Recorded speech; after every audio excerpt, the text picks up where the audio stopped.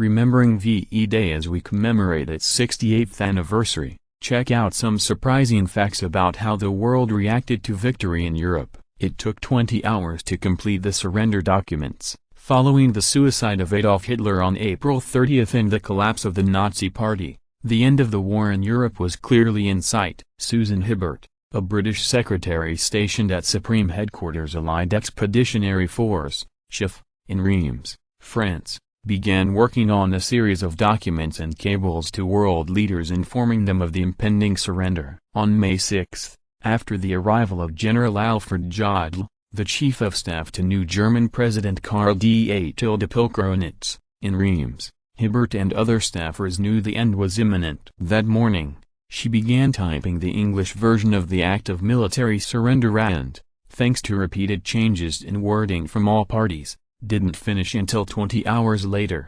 Finally, at around 2:30 a.m. May 7, Hibbert and other staffers crowded into a conference room to witness one of the most momentous events of the 20th century. Curiously, General Dwight Eisenhower, Supreme Allied Commander and architect of the successful war strategy, didn't attend the ceremony, and was instead represented by his Chief of Staff Walter Bedell Smith. He did, however, decide how the historic news would be relayed around the world. While many on his staff pressed for a strongly worded declaration of victory, Oike overruled them, instead crafting a far simpler message to announce the end of 6 deadly years of conflict. The mission of this Allied force was fulfilled at 0241, local time, May 7, 1945. Joseph Stalin insisted on a second surrender ceremony. As the fighting neared its end, the post-war political wrangling had already begun. When Soviet leader Joseph Stalin heard about the surrender ceremony in Reims,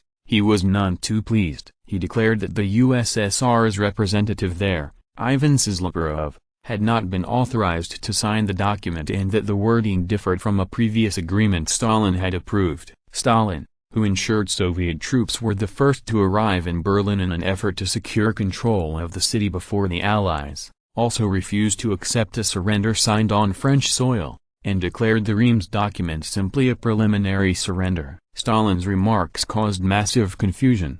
German radio announced that the Axis may have surrendered on the Western Front, but remained at war with the Soviets, and fighting continued throughout the day on May 8. Finally, just before midnight, in the early hours of the 9th, Moscow time, another hastily assembled ceremony got underway in Soviet-controlled Berlin. So, while much of the world would commemorate VE Day on May 8, Victory Day in the Russia and its republics would be celebrated on May 9. VE Day sparked the deadly Halifax riot. Unfortunately, not every VE Day celebration ended peacefully. For 6 years tensions had been rising in the critical Canadian port city of Halifax, Nova Scotia, as thousands of sailors flooded the city, more than doubling its population. With housing, commodities and entertainment in short supply, prices were high and tempers were extremely short. On May 7, when word reached the city of the impending surrender, business leaders, fearing an influx of servicemen in search of a celebration, decided to close all liquor stores, restaurants and stores, while the city suspended local transportation. Despite these concerns, the nearby military base's commander gave more than 10,000 sailors temporary leave to enjoy the end of the war downtown. Angered at what they considered gross mistreatment by city residents, and with little in the way of peaceful diversions, the men eventually began to riot, looting retail stores and liquor outlets and starting dozens of fires. The Halifax riot continued into May 8, with another 9,000 sailors teeming into town. By the time order was restored and the looting had stopped late that afternoon, 3 servicemen were dead, 360 had been arrested and the city had suffered more than $5 million in damages, $62 million in today's money. It made for a fine presidential birthday present. On May 8, 1945, Harry Truman had been president for just 26 days. In fact, he had only moved into the White House the day before. Writing to his mother and sister, Truman informed them of the German surrender the day before,